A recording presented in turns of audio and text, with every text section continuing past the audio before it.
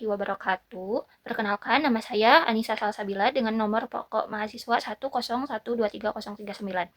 Di video ini, saya akan menjelaskan bagaimana cara menyusun riset pemasaran dari awal sampai akhir. Mulai dari bagaimana cara kita menemukan masalah di pemasaran, menyusun latar belakang, sampai ke bab 1, bab 2, bab 3, bab 4, hingga bab 5. Nah, penjelasan saya ini disusun secara runtut supaya bisa dipahami, terutama untuk mahasiswa yang sering merasa bingung harus mulai dari mana saat mengerjakan riset pemasaran. Oke, untuk pembahasan awal, kita akan membahas tentang cara menemukan masalah di pemasaran. Hal yang paling awal dalam riset pemasaran adalah menemukan masalah pemasaran. Dan yang perlu dipahami, masalah pemasaran itu bukan dicari dari teori dulu, tapi dari kondisi bisnis yang nyata. Masalah pemasaran biasanya muncul ketika apa yang diharapkan perusahaan tidak sesuai dengan kenyataan yang ada di lapangan. Misalnya, perusahaan sudah rutin melakukan promosi tapi penjualannya tetap rendah, atau produknya bagus tapi konsumennya tidak tertarik membeli. Nah, dari situ kita harus berhenti sejenak dan bertanya, ini sebenarnya masalahnya apa? Apakah masalah produknya, harganya, promosinya, atau justru persepsi konsumen terhadap merek tersebut? Kesalahan yang sering terjadi adalah menyamakan gejala dengan masalah penelitian. Penjualan menurun itu gejala, bukan masalah penelitian. Gejala hanya menunjukkan bahwa ada sesuatu yang tidak berjalan dengan baik. Masalah penelitian adalah penyebab ilmiah dari gejala tersebut. Contohnya, penjualan menurun bisa disebabkan oleh promosi yang tidak efektif, citra merek yang lemah, atau kepercayaan konsumen yang rendah. Jadi, dalam riset pemasaran ini, yang kita teliti bukan gejalanya, tapi faktor pemasaran yang menyebabkan gejala itu muncul. Di sini ada contoh masalah yang layak diteliti. Masalah yang layak diteliti itu harus spesifik dan bisa dianalisis. Misalnya, bagaimana pengaruh promosi digital terhadap keputusan pembelian konsumen pada UMKM X. Misalnya, masalahnya ini tuh jelas, fokus, dan bisa dijawab melalui penelitian. Setelah masalah ditemukan, langkah selanjutnya adalah menyusun latar belakang. Latar belakang ini menjelaskan alasan logis kenapa penelitian tersebut perlu dilakukan. Latar belakang tidak boleh langsung lompat ke masalah. Penulisannya harus dimulai dari kondisi bisnis atau pasar secara umum, lalu mengerucut ke kondisi yang lebih spesifik sampai akhirnya bisa masuk ke masalah penelitian. Nah, di bagian awal latar belakang, kita nggak langsung ngomongin masalah perusahaannya, tapi kita mulai dari konteks bisnis yang lebih luas. Misalnya, saat ini perkembangan UMKM di Indonesia semakin pesat. Di sisi lain, perilaku konsumen juga berubah, terutama karena digitalisasi dan persaingan bisnis yang semakin ketat. Nah, kondisi ini membuat setiap pelaku usaha dituntut untuk punya strategi pemasaran yang tepat, namun tidak semua usaha mampu mengadaptasinya dengan baik.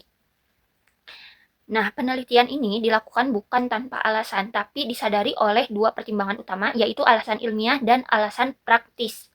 Secara ilmiah, penelitian ini bertujuan untuk menguji dan memperkuat teori pemasaran yang sudah ada, khususnya ketika teori tersebut diterapkan pada kondisi nyata di lapangan. Sedangkan secara praktis, hasil penelitian ini diharapkan bisa memberikan manfaat langsung kepada pelaku usaha, terutama sebagai bahan evaluasi dan pertimbangan dalam menyusun strategi pemasaran yang lebih efektif. Nah, agar latar belakang penelitian tidak bersifat opini semata, maka diperlukan data awal atau fenomena pasar sebagai pendukung. Nah, data ini bisa berupa data penjualan, hasil observasi langsung, atau laporan industri yang menunjukkan adanya penurunan penjualan, ketidaksesuaian strategi pemasaran, atau perubahan perilaku konsumen. Dengan adanya data dan fenomena tersebut, penelitian ini menjadi relevan dan benar-benar didasarkan pada kondisi nyata yang terjadi di lapangan. Setelah latar belakang disusun, semua gagasan itu kemudian dirapikan dan dipermakan ke dalam bab satu pendahuluan. Bab satu ini bisa dibilang sebagai pondasi penelitian, karena disinilah arah penelitian ditentukan. Kalau bab satunya tidak jelas, maka bab 2 sampai bab 5-nya biasanya akan ikut tidak fokus juga. Oke, kita lanjut ke pembahasan latar belakang bab 1. Latar belakang di bab 1 bukan sekedar cerita panjang, tapi harus menjawab satu hal penting, yaitu apa konteks masalahnya dan kenapa masalah ini penting untuk diteliti. Penulisannya dimulai dari kondisi umum, misalnya kondisi pasar atau bisnis, lalu mengkerucut ke kondisi spesifik objek penelitian. Di bagian akhir latar belakang harus terlihat jelas celah masalah yang belum terselesaikan, sehingga penelitian ini memang dibutuhkan.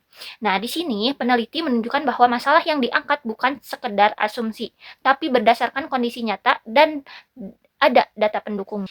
Setelah latar belakang jelas, barulah disusun rumusan masalah. Rumusan masalah ini sebenarnya adalah fokus penelitian yang dirumuskan dalam bentuk pertanyaan. Pertanyaannya harus spesifik, tidak melebar, dan benar-benar bisa dijawab melalui metode penelitian. Kalau rumusan masalahnya terlalu umum, maka analisis di bab selanjutnya akan menjadi tidak terarah. Nah, selanjutnya adalah tujuan penelitian. Tujuan penelitian adalah bentuk pertanyaan dari rumusan masalah. Nah, di bagian ini, peneliti menjelaskan secara eksplisit apa yang ingin dicapai melalui penelitian tersebut. Nah, tujuannya ini nantinya akan menjadi acuan utama dalam memilih metode penelitian dan teknik analisis data. Yang terakhir, di bab 1 adalah manfaat penelitian. Nah, manfaat penelitian ini menjelaskan nilai guna dari penelitian yang dilakukan. Manfaat akademis berkaitan dengan pengembangan ilmu pemasaran, sedangkan manfaat praktis berkaitan langsung dengan pihak yang diteliti, seperti perusahaan atau pelaku usaha. Nah, bagian ini menunjukkan bahwa penelitian tidak hanya bersifat teoritis, tetapi juga memiliki kegunaan yang nyata.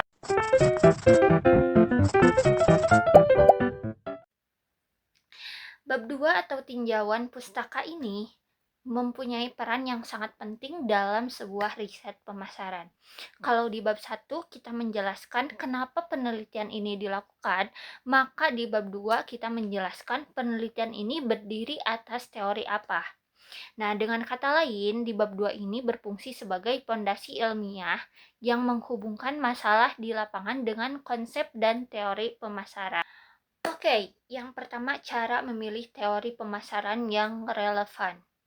Hal yang pertama harus dilakukan dalam menyusun bab 2 adalah memilih teori pemasaran yang benar-benar relevan dengan masalah penelitian. Teori tidak dipilih karena familiar atau sering dipakai, tapi karena mampu menjelaskan fenomena yang sedang kita teliti. Misalnya, jika penelitian membahas keputusan pembelian konsumen, maka teori yang relevan adalah teori perilaku konsumen. Jika penelitian membahas promosi, maka teori bauran pemasaran atau komunikasi pemasaran menjadi landasan yang tepat. Nah, pemilihan teori ini sangat penting karena teori tersebut nantinya akan digunakan sebagai alat untuk menafsirkan hasil penelitian di bab 4. Kalau teori yang dipilih tidak relevan, maka pembahasan hasil penelitian akan menjadi lemah dan tidak nyambung. Yang kedua yaitu perbedaan konsep dan teori dalam riset pemasaran. Nah, kesalahan yang sering terjadi dalam bab 2 ini adalah mahasiswa hanya menjelaskan konsep tanpa benar-benar masuk ke teori. Konsep adalah pengertian dasar dari suatu variabel. Misalnya, apa itu promosi, apa itu keputusan pembelian, atau apa itu citra merek. Nah, konsep ini membantu pembaca memahami istilah yang digunakan dalam penelitian. Sedangkan teori menjelaskan hubungan antar konsep. Teori tidak hanya menjawab apa, tapi juga bagaimana dan mengapa suatu variabel mempengaruhi variabel lainnya. Dalam riset pemasaran, teori inilah yang menjadi dasar untuk menyusun hipotesis atau dugaan sementara, serta menjadi acuan dalam membahas hasil penelitian. Yang ketiga, menyusun kerangka pemikiran atau model penelitian. Setelah teori-teori yang relevan dijelaskan, langkah selanjutnya adalah menyusun kerangka pemikiran. Kerangka pemikiran merupakan rangkuman logis dari teori yang sudah dibahas sebelumnya. Di bagian ini, peneliti menunjukkan alur berpikir penelitian secara sistematis, mulai dari variabel independen sampai variabel dependen. Kerangka pemikiran menjelaskan mengapa suatu variabel diduga mempengaruhi variabel lainnya berdasarkan teori yang sudah dijelaskan.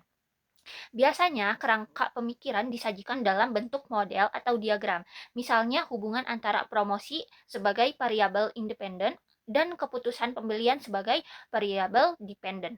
Dengan adanya kerangka pemikiran, pembaca dapat memahami arah penelitian secara lebih jelas dan struktur. Yang keempat, peran bab 2 dalam keseluruhan penelitian. Jadi bab 2 ini bukan sekedar kumpulan teori saja, tetapi berfungsi sebagai jembatan antar bab 1 dan bab 3. Nah, dari bab 2 inilah peneliti dapat menentukan variabel penelitian, menyusun metode penelitian yang tepat, serta menentukan teknik analisis data yang sesuai. Jika bab 2 disusun dengan baik, maka bab 3, bab 4, dan bab 5-nya akan menjadi lebih konsisten dan terarah. Jadi, inti dari bab 2 dalam riset pemasaran adalah memastikan bahwa penelitian dilakukan memiliki dasar teori yang kuat, relevan dengan masalah, dan mampu menjelaskan fenomena pemasaran yang sedang diteliti. Selanjutnya kita akan membahas bab 3, yaitu metodologi penelitian. Bab 3 ini menjelaskan bagaimana penelitian dilakukan secara teknis dan ilmiah. Di bab ini juga penelitian harus bisa mempertanggungjawabkan setiap keputusan metodologis yang diambil. Pendekatan penelitian dipilih berdasarkan tujuan dan jenis data yang dibutuhkan. Pendekatan kuantitatif digunakan jika penelitian bertujuan mengukur hubungan antar variabel menggunakan data angka, sedangkan pendekatan kualitatif digunakan jika penelitian bertujuan memahami fenomena secara mendalam. Pemilihan pendekatan ini tidak boleh asal karena akan mempengaruhi seluruh proses penelitian. Untuk desain penelitian, menjelaskan pola atau jenis hubungan yang ingin dianalisis. Apakah hanya mendeskripsikan fenomena atau menguji pengaruh antar variabel. Desain yang tepat akan membantu penelitian berjalan lebih terarah dan lebih efisien. Metode pengumpulan data dipilih sesuai dengan karakteristik data yang dibutuhkan. Misalnya, kuesioner digunakan untuk pengumpulan data kuantitatif, sedangkan wawancara digunakan untuk menggali informasi yang lebih mendalam. Nah, di bagian ini, peneliti harus menjelaskan alasan metodologis dari setiap metode yang digunakan. Adalah keseluruhan objek yang menjadi sasaran penelitian. Namun, karena keterbatasan waktu dan biaya, peneliti biasanya menggunakan sampel sebagai wakil dari populasi.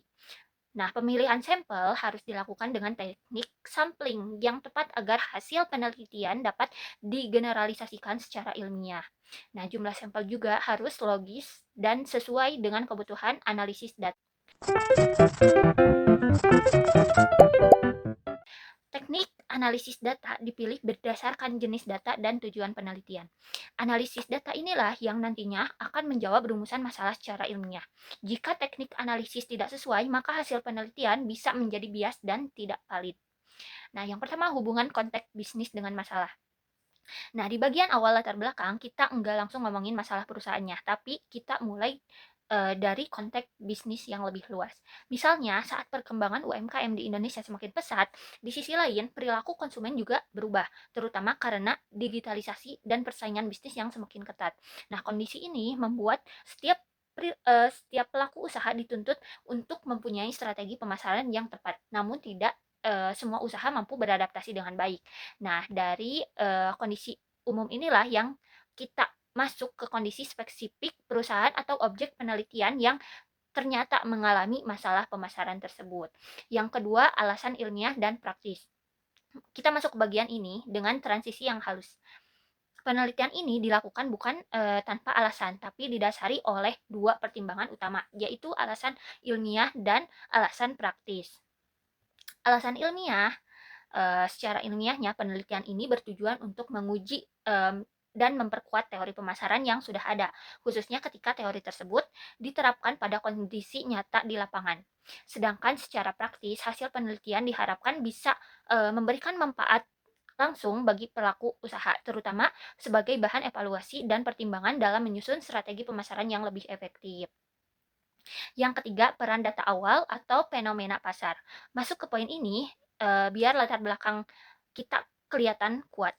Agar latar belakang penelitian tidak bersifat opini dan hanya semata, maka diperlukan data awal atau fenomena pasar sebagai pendukung. Nah, data ini bisa berupa data penjualan, hasil observasi langsung, atau laporan industri yang menunjukkan adanya penurunan penjualan, ketidaksesuaian strategi pemasaran, atau perubahan perilaku konsumen. Nah, dengan adanya data dan fenomena tersebut, penelitian ini menjadi relevan dan benar-benar didasarkan pada kondisi nyata yang terjadi di lapangan.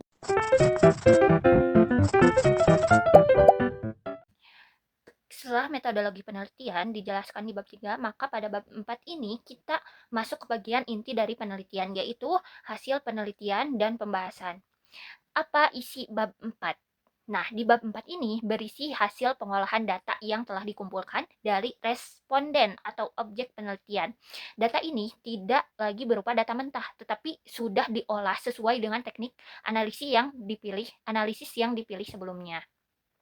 Misalnya, jika penelitian menggunakan kuesioner, maka pada bab 4 ditampilkan hasil jawaban responden dalam bentuk tabel, grafik, atau persentase.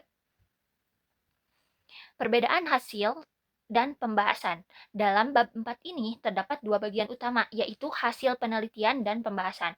Hasil penelitian hanya menyajikan apa yang ditemukan di lapangan tanpa interpretasi berlebihan. Misalnya, hasil menunjukkan bahwa 60% responden tidak puas terhadap strategi promosi. Sedangkan pembahasan menjelaskan mengapa hasil tersebut bisa terjadi dengan mengaitkan pada teori pemasaran yang sudah dibahas pada bab 2. Pada bagian pembahasan, peneliti juga harus menunjukkan bahwa hasil penelitian menjawab tujuan penelitian dan rumusan masalah yang telah ditetapkan di bab 1 sebelumnya. Nah, di bab 5 ini merupakan bab penutup yang berisi kesimpulan dan rekomendasi berdasarkan hasil penelitian. Yang pertama, kita bahas cara menyusun kesimpulannya terlebih dahulu. Nah, kesimpulan disusun dengan merangkum temuan utama penelitian, bukan mengulangi teori dan bukan juga menambahkan data baru. Kesimpulan harus menjawab rumusan masalah secara ringkas, jelas, dan berdasarkan hasil analisis pada bab 4. Misalnya, dapat disimpulkan bahwa strategi promosi yang dijalankan belum efektif dalam meningkatkan minat beli konsumen. Setelah kesimpulannya, peneliti memberikan rekomendasi yang bersifat aplikatif dan realistis. Rekomendasi ini ditujukan kepada pihak terkait, seperti pelaku usaha atau manajemen perusahaan, agar hasil penelitian kita bisa digunakan sebagai bahan untuk perbaikan strategi pemasaran.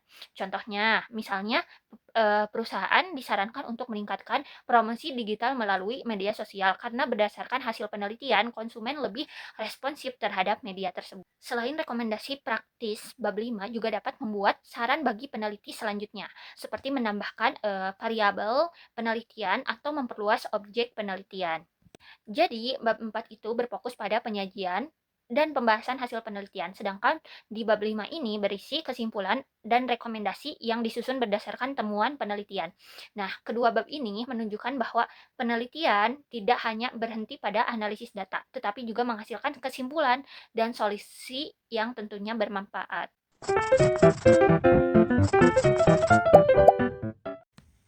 Setelah seluruh bab disusun, bagian yang terakhir yang tidak kalah penting adalah daftar pustaka. Nah, daftar pustaka ini berisi sumber-sumber ilmiah yang digunakan dalam penelitian. Sumber yang utama adalah sumber primer, yaitu referensi asli seperti buku, teks pemasaran, dan jurnal ilmiah. Sumber primer ini penting karena menjadi dasar teori dan memperkuat argumen penelitian. Adapun jenis sumber ilmiah yang digunakan dalam riset pemasaran dapat berupa buku teks pemasaran, jurnal ilmiah nasional maupun internasional, laporan resmi, serta publikasi akademik lainnya. Penggunaan sumber yang kredibel membuat penelitian menjadi lebih valid dan dapat dipertanggungjawabkan secara ilmiah. Pentingnya konsistensi dan sitasi. Selain memilih sumber yang tepat, konsistensi dalam penulisan sitasi juga sangat penting, baik di dalam teks maupun di daftar pustaka. Nah, konsistensi ini menunjukkan profesionalitas peneliti dan mencegah terjadinya plagiarisme. Refleksi dan kesalahan umum dalam riset pemasaran. Selain menjelaskan proses penelitian, penting juga untuk melakukan refleksi terhadap proses riset yang telah dilakukan. Beberapa kesalahan yang sering terjadi dalam riset pemasaran antara lain adalah kesalahan dalam menentukan masalah penelitian, penggunaan teori yang tidak relevan, serta pemilihan metode penelitian yang tidak sesuai dengan tujuan penelitian. Nah, selain itu juga pengumpulan data yang kurang tepat dan jumlah sampel yang tidak representatif juga dapat mempengaruhi hasil penelitian. Nah, dari proses penelitian ini dapat dipahami bahwa setiap tahapan riset harus dilakukan sistematis dan saling berkaitan. Peneliti juga harus mampu atau bisa berpikir kritis dalam memilih metode, teknik analis, serta sumber data agar hasil penelitian dapat dipercaya. Adapun hal yang perlu diperbaiki jika penelitian diulang, maka beberapa hal yang dapat diperbaiki antara lain memperluas jumlah responden, terus juga menambah variabel penelitian, serta menggunakan teknik analisis data yang lebih mendalam. Nah, dengan perbaikan tersebut, diharapkan penelitian akan menjadi lebih komprehensif dan akurat.